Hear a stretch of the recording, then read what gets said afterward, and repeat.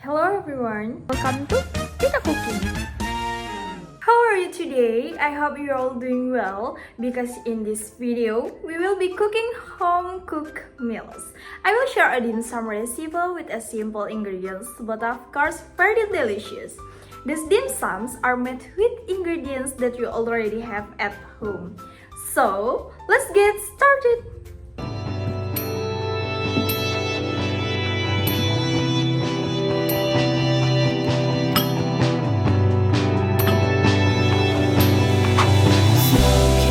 Mix the chicken pieces, garlic and onion, pepper, salt, sugar and Royco. Add 100 ml of water and blend.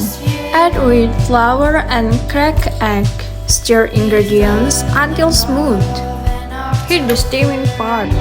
Fill each wonton skin with about 1 tablespoon of butter. Add grated carrot on top. Arrange in pot. Steam for 20 minutes. Simple dim sum is finished and ready to enjoy, guys.